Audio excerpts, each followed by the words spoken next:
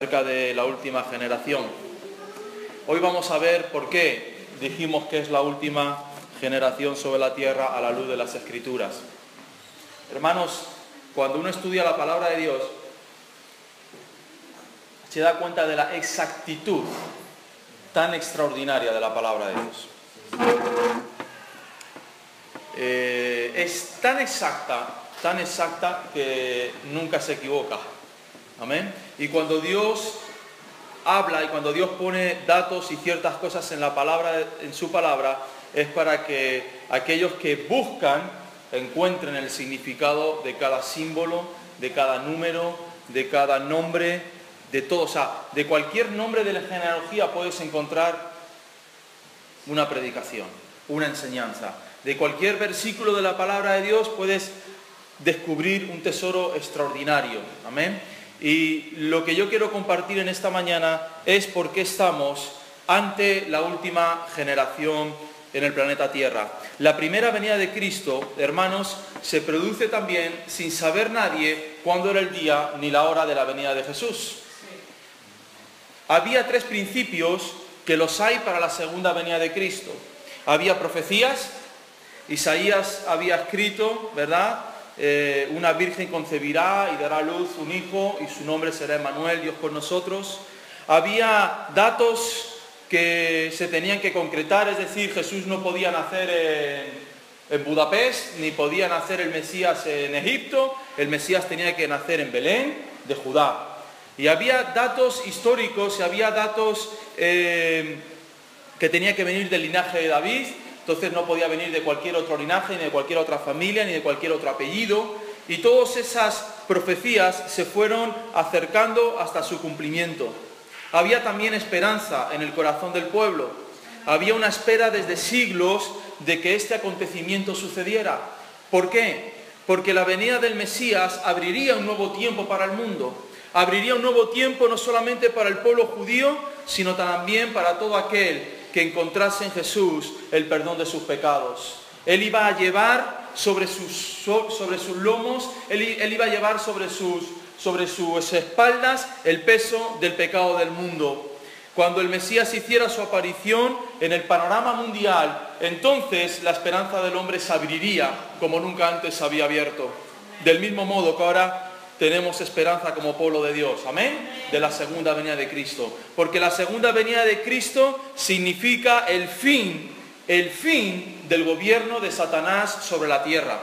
Nunca más volverá a gobernar Satanás sobre la tierra desde el mismo día en que Jesús ponga sus pies sobre el monte de los olivos. Y que en tercero había señales. Nos encontramos la estrella de los magos. Nos encontramos los ángeles que anunciaron a los pastores, ¿verdad? Que aquí hoy os ha nacido un Redentor que es Cristo el Señor.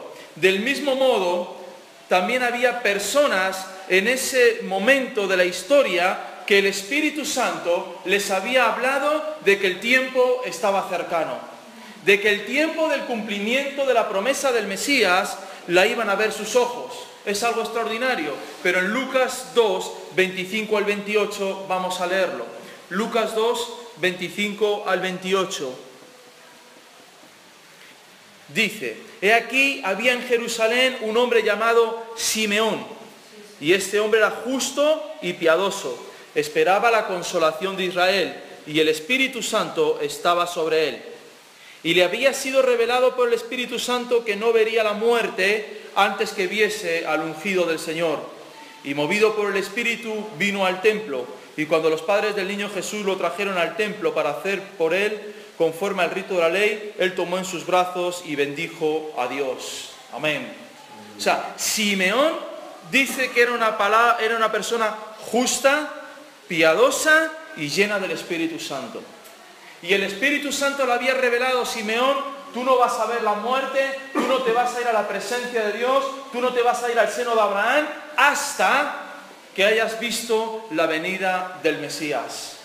Gloria al nombre de Dios. Aleluya. Simeón no sabía cuándo iba a ser, por eso yo creo que todos los días iba al templo, ¿verdad? Porque ¿dónde iba a aparecer Jesús tarde o temprano? En el templo, en la casa de su padre, como le dijo más adelante a sus padres terrenales. He de estar en los negocios de mi Padre, he de estar en el templo, que es la casa de mi Padre. Del mismo modo, hermanos, hay unos hombres que están advirtiendo desde hace tiempo de la venida del Señor. Uno de estos hombres que Dios usó de una forma tremenda fue Gigi Ávila. No sé si se acuerdan de este gran evangelista, creo que era puertorriqueño, ¿puede ser? Que era puertorriqueño. Otro de los hombres que Dios ha levantado fue David Wilkerson, un hombre que siempre estuvo diciéndole a la iglesia: iglesia, el tiempo del Señor se está cumpliendo, la venida del Señor está cercana. Estos hombres ya partieron con el Señor, pero su mensaje sigue vigente y nos sigue advirtiendo: miren las Escrituras, miren la palabra de Dios, vean las cosas que están aconteciendo a su alrededor. Una de las quejas que Cristo tuvo sobre los fariseos y sobre los escribas, que digamos que lo podemos trasladar a la iglesia, ¿verdad?, del siglo XXI, o sea, los religiosos, las personas que tenían la palabra de Dios, las personas que debían de entender y de conocer las cosas, una de las quejas fue: no entendéis los tiempos. Vamos a leer en Mateo 16, del 1 al 4.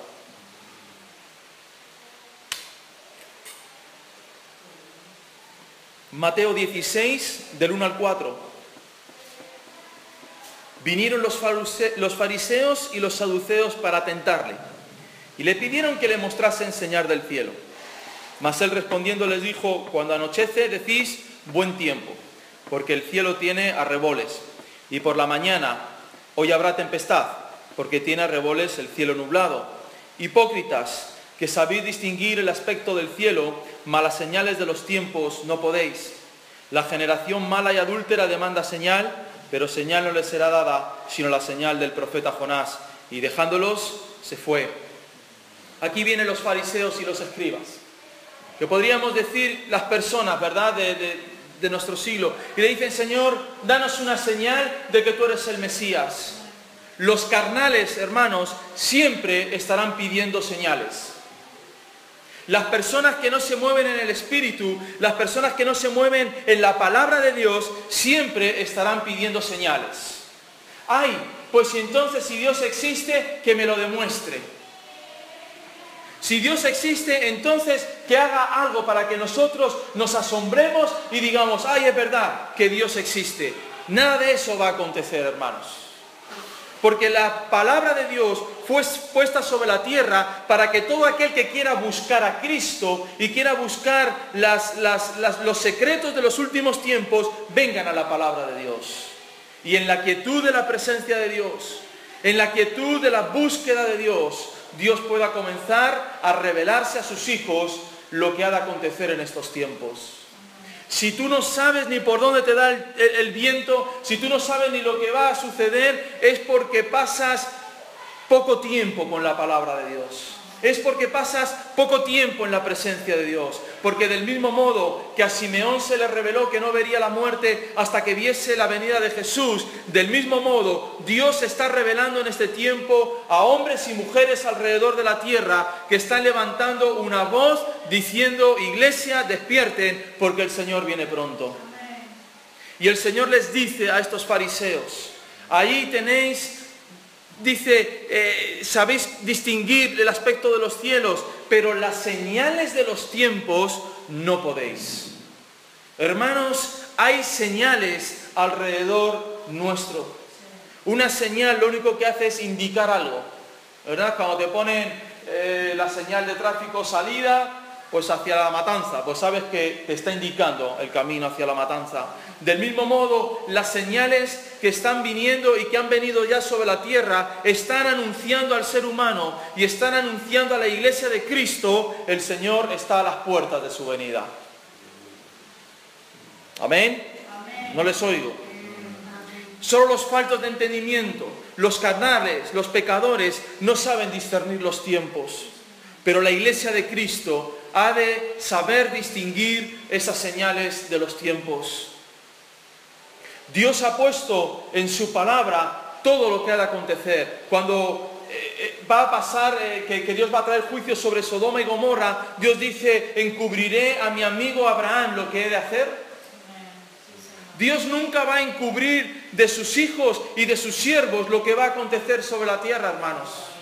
Dios siempre va a traer una voz de alarma. Dios siempre va a traer como esos atalayas en el Antiguo Testamento que eran puestos en lugares altos donde si venía el enemigo, tenían que dar la voz de alarma para que se preparara el pueblo. Del mismo modo, Dios está levantando atalayas alrededor del mundo, alrededor de la tierra, que están diciéndole a la iglesia y a los hombres: el Señor está a las puertas.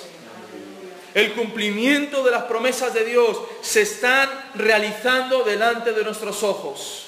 Si tú empiezas a estudiar la palabra de Dios, si tú empiezas a indagar en las Escrituras, te darás cuenta de que no existe absolutamente ninguna otra palabra profética para cumplirse para el arrebatamiento de la iglesia. Todas están cumplidas. Hay dos cosas que tenemos que diferenciar. Uno es el arrebatamiento de la iglesia y otro es la venida de Cristo. El arrebatamiento de la iglesia es antes de la venida de Cristo. Amén. Porque la venida de Cristo es cuando Israel ya ha sido engañado por el anticristo, ya ha caído el juicio de Dios sobre la tierra y Dios se planta en aquel lugar y libera al pueblo judío, y en esa segunda venida de Cristo los muertos en Cristo vendrán con Él. Los que han muerto antes que nosotros dice que serán resucitados y nosotros los que hemos quedado dice que seremos llevados en las nubes a encontrarnos con Cristo. Y volveremos en esa segunda venida de Cristo, nosotros como iglesia, detrás de Él. Amén. Entonces, hermanos, si la segunda venida de Cristo es lo que vamos a estudiar hoy y el arrebatamiento de la iglesia es antes, entonces todavía nos queda menos tiempo. Amén. Vamos a leer en Mateo 24. Mateo 24, versículo 32.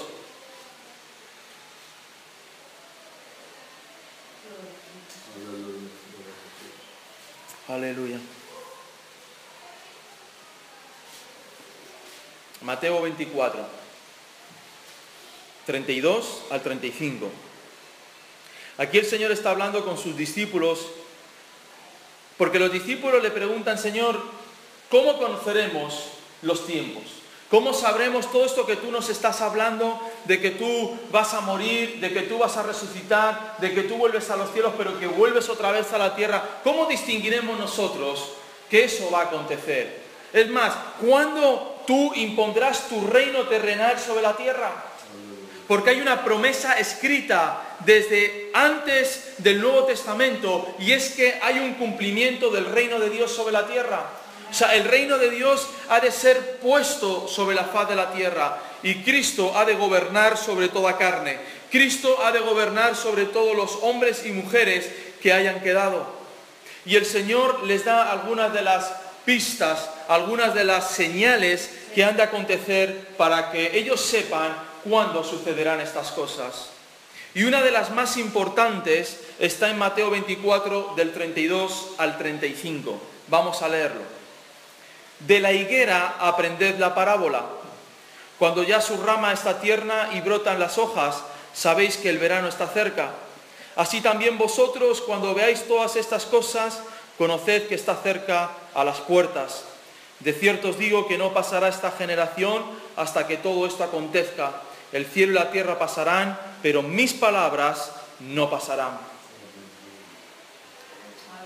Hay un pasaje paralelo en Lucas capítulo 21, búscalo que vamos a leerlo. Porque ya vimos, ¿verdad?, que tenemos que buscar todos los pasajes en los cuales se nos menciona una verdad bíblica.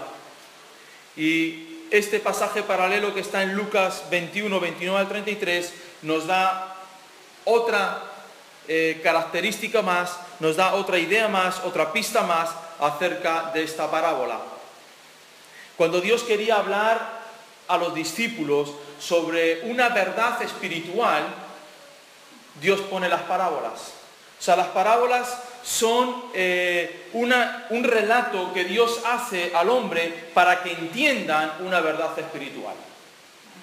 Del mismo modo que dice la parábola del sembrador, ¿sí? El sembrador sale a sembrar y una semilla tal. Y así podemos entender una verdad espiritual que no podríamos entenderla sino a través de una parábola. Y el Señor quiere revelarles a los discípulos la venida del Hijo de Dios, su segunda venida a través de esta parábola, de una verdad bíblica. Dice, también les dijo una parábola, mirad la higuera y todos los árboles, cuando ya brotan, viéndolo, sabéis que vosotros mismos que el verano está ya cerca. Así también vosotros, cuando veáis que suceden estas cosas. ¿Qué cosas? Las cosas de la parábola, ¿sí? Sabed que está cerca el reino de Dios. De cierto os digo que no pasará esta generación hasta que todo esto acontezca. El cielo y la tierra pasarán, pero mis palabras no pasarán. Amén. La higuera es símbolo de Israel, hermanos. Del mismo modo que el vino es símbolo del Espíritu Santo, del mismo modo que el pan es símbolo de la palabra de Dios, nos encontramos con símbolos en las Escrituras que nos están hablando de cosas reales, materiales, que podemos ver, que podemos tocar. Vamos a traducir esta parábola. El Señor está diciendo, cuando veáis que Israel, está hablando a la higuera, cuando veáis que Israel y todos los árboles brotan, es decir, vuelven a nacer, sabed que el verano ya está cerca. ¿Cuándo brota la higuera? En el verano. ¿Cuándo brotan los árboles? En el verano. En el otoño se le caen las hojas. En el invierno, ¿qué les pasa? Se despeluchan ya del todo, se quedan con las ramitas. En la primavera, ¿qué? Florecen. Y en el verano dan el fruto.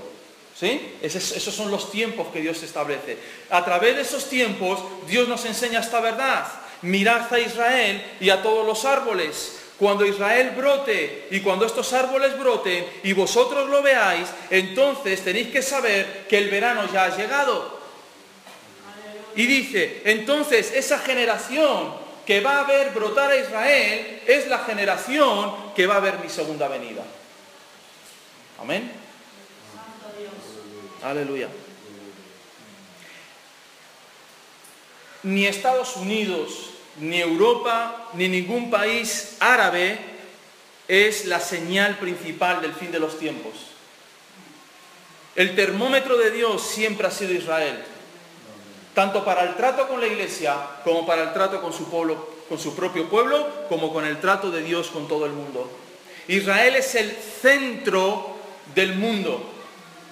La capital del mundo no es Nueva York con la bolsa de Wall Street, ni Chicago con la bolsa de los valores, ni Nueva York con la City, ni Arabia Saudí con el petróleo. El corazón del mundo, hermanos, el centro del mundo, la dimensión del mundo es Israel.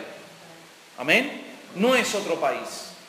Ese diminuto país que está casi empujado al mar, ¿verdad? Porque si tú ves un mapa de Israel, es como una cosa así alargadita, un poco como Chile, ¿verdad? Y rodeado con otras fronteras, y tierra por aquí y por otro lado mar, no tiene más Israel. Ese trozo pequeño de tierra que Dios prometió a Abraham y que le dijo que su descendencia la heredaría para siempre, ese es el termómetro de Dios para el cumplimiento de las promesas proféticas. No se puede entender la iglesia sin Israel, hermanos. No se puede entender los ministerios de la iglesia sin los ministerios de Aarón, de la familia de los levitas. No se puede entender la salvación sin haber entendido el tabernáculo de Cristo.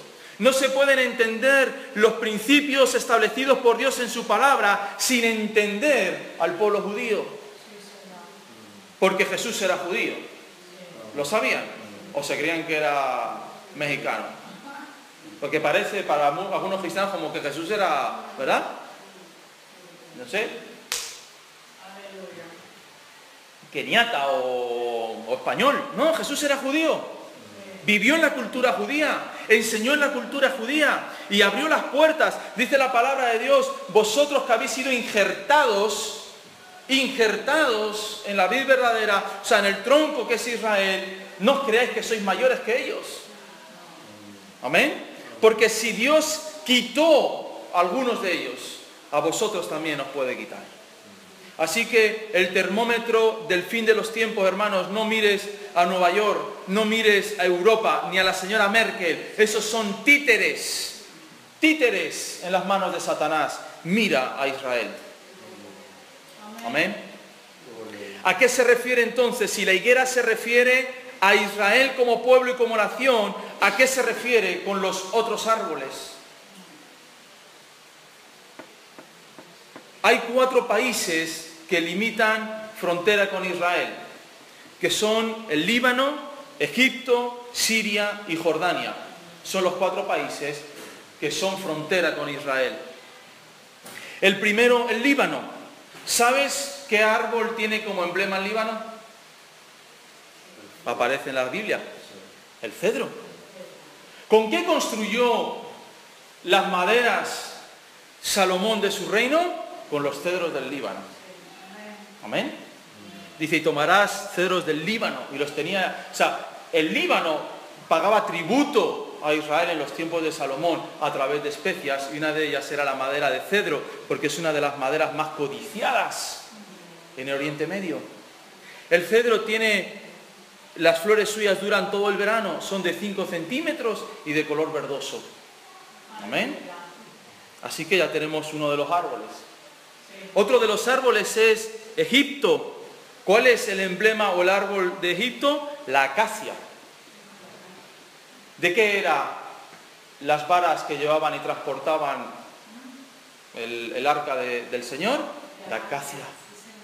Revestidas de oro. Amén. Y sus flores son amarillas, de 4 o 5 pétalos grandes. El tercer país limítrofe es Siria, y su árbol es el roble, con flores amarillas, un poco verdosas. Y también está la rosa de Siria, muy codiciada. Y por último tenemos a Jordania, y el árbol de Jordania es la palmera, y sus flores son de color amarillo. Todos estos 4 árboles, el cedro, la acacia, el roble y la palmera, brotan en verano, igual que la higuera. Amén. Qué bonita la palabra de Dios. Entonces el Señor en esta parábola está diciendo, hay 2 acontecimientos antes de la venida de Cristo, y es el nacimiento de Israel. Amén. ¿Cuándo nació Israel? En el año 1948. Amén. El 14 de mayo de 1948, Israel se constituyó nación. Amén. Lo asombroso es ver cuándo se constituyeron nación los demás pueblos. Porque en un periodo menor de 10 años, las otras 4 naciones fueron constituidas nación. Tremendo. Amén. Dios dice, reverdecerá la higuera, pero a la vez reverdecerán los árboles.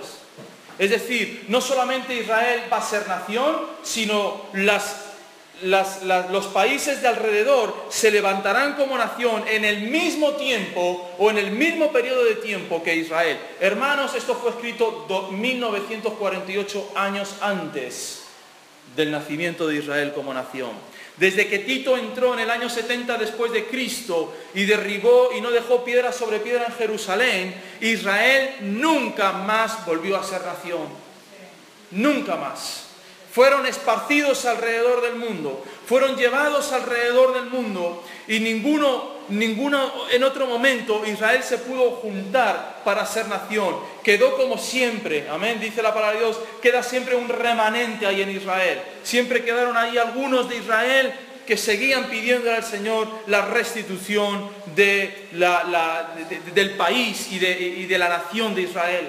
Pero todos los demás fueron esparcidos. Cuando Hitler hace lo que comete, ¿verdad?, el holocausto judío en Europa, es porque había judíos en Rusia, había judíos en Francia, en España, en todos los lugares, en Estados Unidos, porque habían sido esparcidos. Era un pueblo que no tenía tierra, era un pueblo que no tenía ninguna nación, era un pueblo que no tenía rey, que no tenía gobierno.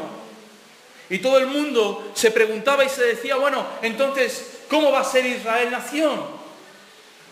Fíjate, 700 años antes de Cristo, lo que el Señor dice en su palabra.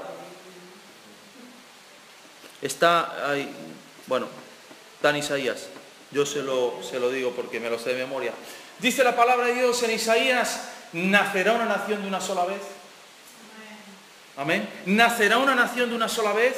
En cuanto a ti que estuviste de parto, diste salud a tus hijos. Aquel que hace nacer impedirá el nacimiento, está profetizando el nacimiento de Israel en un solo día. Naciones Unidas en un solo día determinó que Israel volvía a ser nación, y el 14 de mayo de 1948 floreció Israel como la higuera. Amén. Aleluya. Jordania lo consiguió el 22 de noviembre de 1943. Siria el 17 de abril de 1946. Líbano el 22 de noviembre de 1943 y Egipto el 17 de abril de 1936. Florecieron los árboles y a su vez el último, ¿quién fue en florecer? La higuera. Amén. Y floreció la higuera, hermanos. Aleluya. De cierto os digo, dice la palabra, que no pasará esta generación hasta que todo esto acontezca. Entonces, si la señal más importante de la venida de Cristo es el nacimiento de Israel como nación, porque hermanos, no podría venir Cristo sin antes Israel ser nación. Porque si Cristo viene antes de que Israel sea nación, ¿a dónde se dirige? No hay nación, no hay pueblo.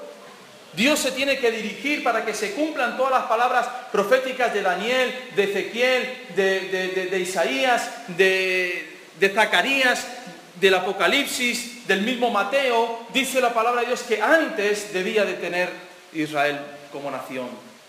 En el momento que ustedes viesen, dice la palabra de Dios, que esto acontezca, esa generación es la última sobre la faz de la tierra. Ahora, la pregunta que entonces nos tiene es, ¿qué es una generación en la Biblia? ¿A qué tiempo cronos se refiere la palabra de Dios cuando habla de generación? Algunos dicen que una generación son 40 años, porque 40 años estuvo Israel dando vueltas en el desierto hasta que la generación que había salido de Egipto tenía que morir. Pero hermanos, a la luz de las Escrituras, los 40 años siempre han simbolizado un periodo de preparación o de dificultades de Dios, de un trato de Dios con una vida o con un pueblo, con una iglesia. 40 años estuvo Abraham esperando un hijo, ¿verdad? 40 años estuvo Moisés en el desierto siendo preparado. 40 años Israel estuvo dando vueltas en el desierto hasta que se levantó la generación que tomaría la tierra prometida. Entonces, una generación no pueden ser 40 años. Si hubiese sido una generación 40 años, el Señor habría venido ya en 1988. Y no, el Señor no ha venido. Otros dicen, bueno, entonces una generación son 70 o 80 años, porque el salmista dice que así es la edad del hombre. Pero el salmista se está refiriendo a la edad del ser humano y no a una generación bíblica. Entonces tampoco pueden ser 70 o 80 años. El único lugar en el que la Biblia nos habla de lo que es una generación está en Génesis, capítulo 15, del 13 al 16. Vamos a buscar Génesis 15, del 13 al 16.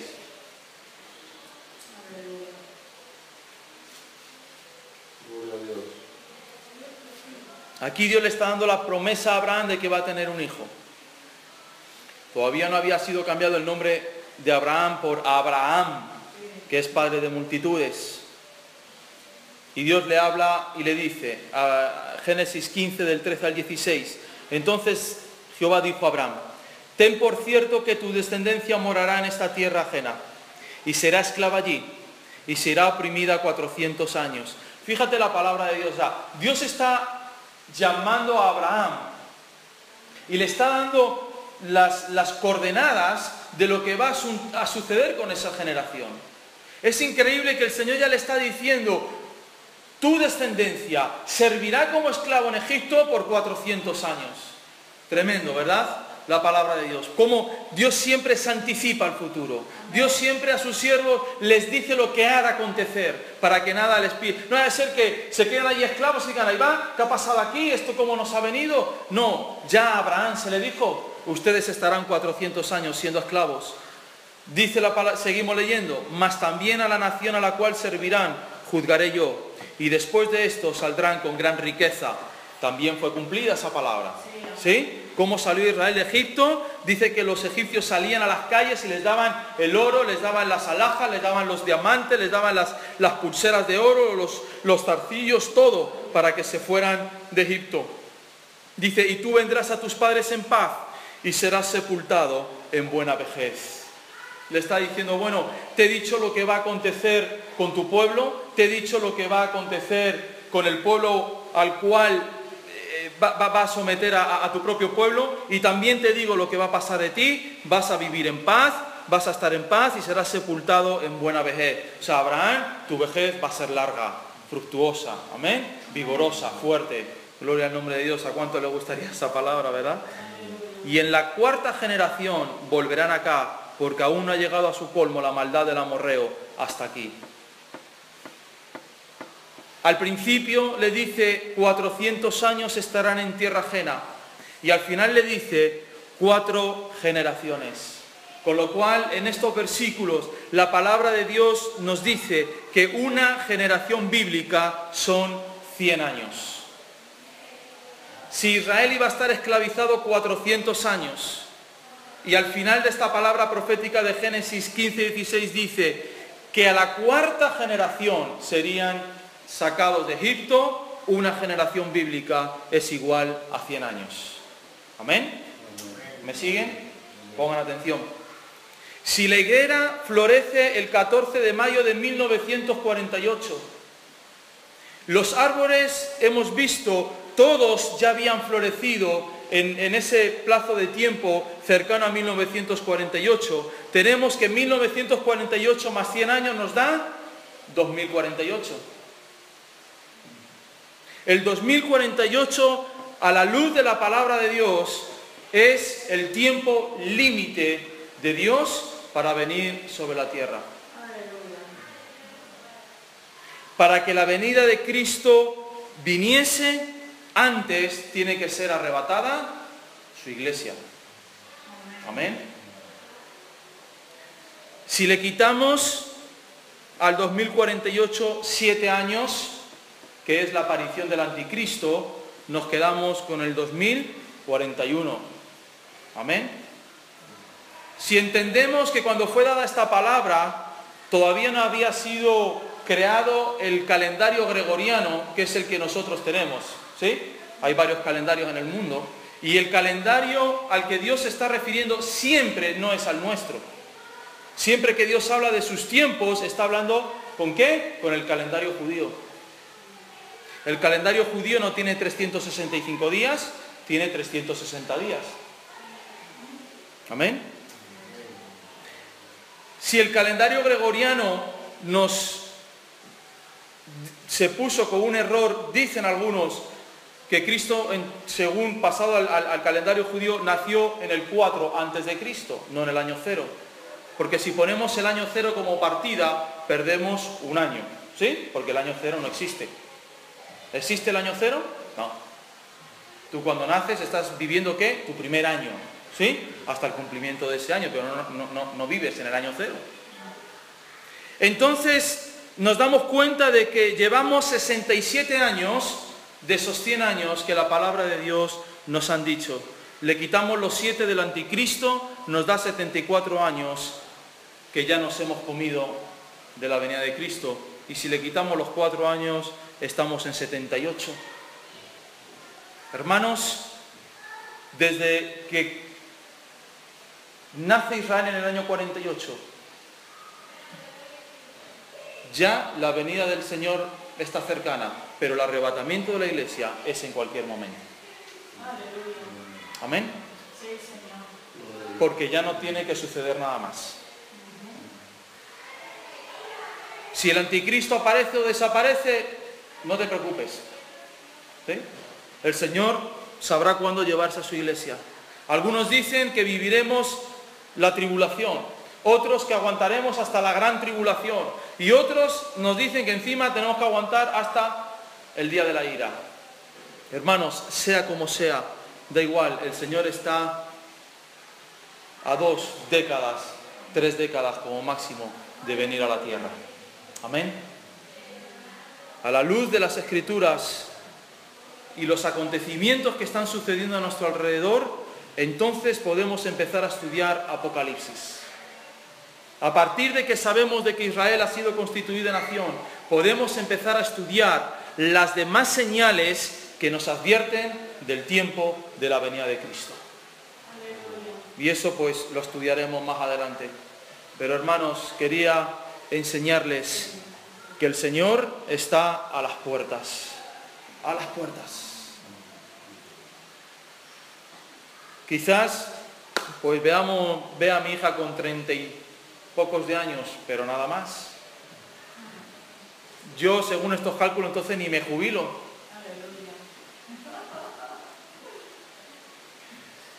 Pero hermanos,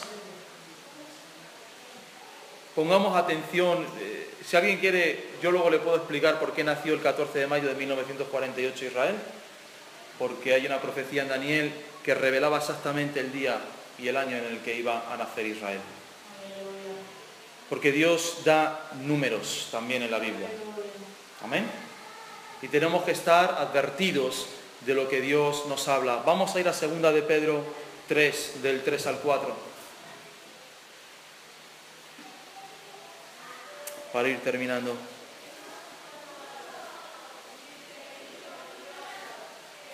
Dice, sabiendo primero esto, que en los postreros días vendrán burladores, andando según sus propias concupiscencias y diciendo, ¿dónde está la promesa del advenimiento? Porque desde el día en que los padres durmieron, todas las cosas permanecen así como desde el principio de la creación. Se levantarán burladores diciendo a la iglesia, ¿dónde está tu venida? ¿No están las cosas iguales que al principio de los tiempos? ¿No siempre ha habido corrupción? ¿No siempre ha habido homosexualidad por el mundo? ¿No siempre ha habido fornicación, adulterio por el mundo? ¿Dónde está vuestro advenimiento? Hermanos, la iglesia va a ser golpeada, insultada con estas palabras. ¿Dónde está vuestro arrebatamiento que queríais? ¿Dónde está aquello prometido por Dios? Si todo está según han acontecido los tiempos. Aleluya. Ignorantes. Amén. Ignorantes porque no tienen la presencia de Dios. Nosotros firmes en la promesa, hermanos. Firmes en la promesa.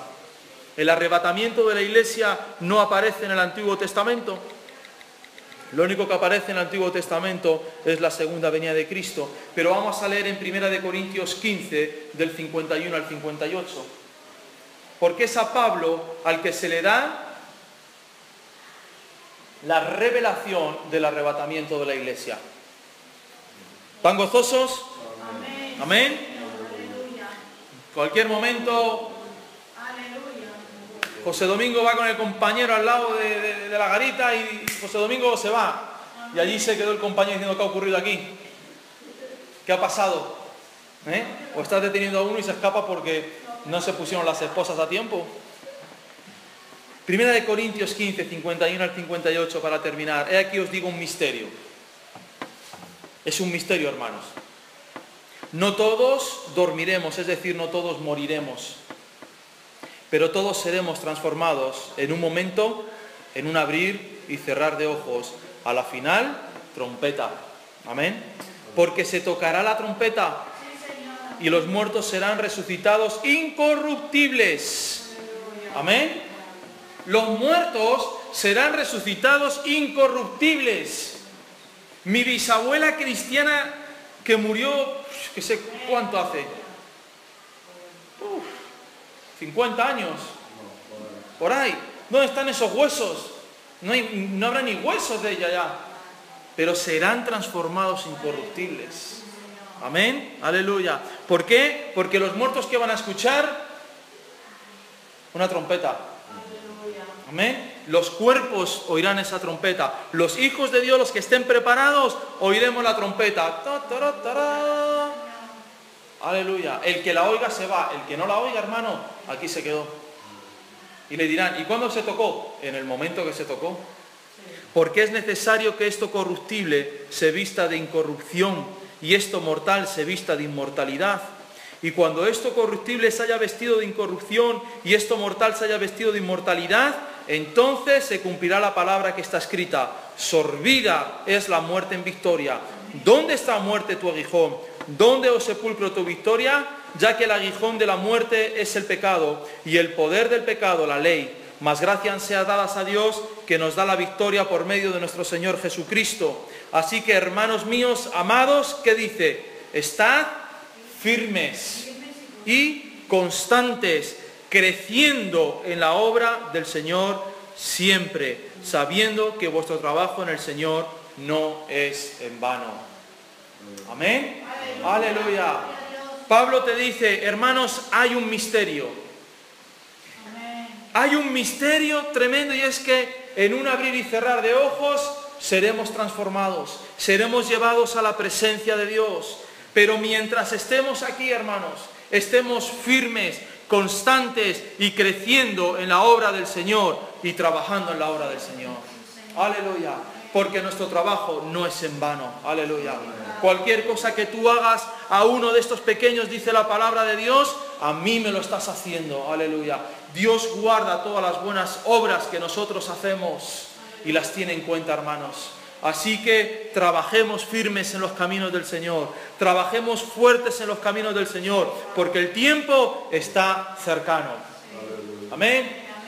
Y el que no se crea esta parábola, pues la palabra de Dios dice, aprendan de la parábola de la higuera. El que no quiera aprender esta parábola le pasará como a las 5 vírgenes. Uy, que va, todavía el Señor falta porque venga. Tienes que comprarte el chalet, tienes que casarte, tienes que hacer un edificio. Que va, el Señor todavía tranquilo, que el Señor le queda. Hermanos, al Señor no le queda nada. No le queda nada. Trabajemos con fuerza, hermanos, porque el cumplimiento de su palabra ya se hizo hace 67 años. Aleluya. Y del año 48 aquí, ¿cómo ha corrido la historia? Amén. Del año 48 aquí, ¿cómo ha corrido la historia? ¿Cómo han corrido los humanos? ¿Cómo han crecido la ciencia? Y todo eso nos habla de la venida del Señor. En los postreros tiempos, dice, la ciencia avanzará. La nanotecnología, los microprocesadores, vamos a Marte y subimos a la Luna. Desde el 48 a los 11 años subimos a la Luna y nos paseamos allí con coches. Hermanos, creamos esta palabra firme de parte del Señor. Estamos a las puertas de la venida de Cristo y eso nos tiene que hacer despertar en trabajar para el reino de Dios. Amén. No perdamos el tiempo en otras cosas. Pongámonos en las filas del Maestro y digamos, Señor, quiero servirte. Aleluya. Quiero ser uno de esos, Señor, que están esperando tu venida, pero trabajando en el reino de Dios. Esforzándome en el reino de Dios. Haciendo la labor del Padre. Haciendo la labor que tú nos hiciste hacer, Señor, que es ir por todo el mundo, predicarse el Evangelio y hacer discípulos a las naciones. Aleluya. Dice la palabra de Dios, cuando en todo el mundo se ha predicado, entonces el Señor ya está cerca. ¿En qué continente no se ha predicado el Evangelio? En ninguno. Todos los continentes han sido evangelizados. Desde Alaska hasta el cabo ese de abajo que hay en Argentina, Cabo de Hornos. Todo ha sido evangelizado. Norte, sur, este, oeste del planeta Tierra, aún en los países más cerrados al Evangelio, como puede ser Corea del Norte, allí está la Iglesia de Cristo también. La Iglesia de Cristo ha estado en Cuba, ha estado en Rusia, ha estado en todos los lugares del planeta Tierra, hermanos. No queda una sola nación en la Tierra en la cual no haya entrado el Evangelio. Aleluya. Esto nos habla también del tiempo final, hermanos. Así que no durmamos. Amén. No durmamos, despertemos, aleluya, porque el Señor está cerca. Te lo advertimos en el día de hoy. Amén. Si te quedas, no nos eches la culpa. No oíste la trompeta, fue culpa tuya. Amén. Pero nosotros somos como esos atalayas. Hermanos, el Señor está a las puertas, así lo dice su palabra. Vamos a cerrar nuestros ojos. Porque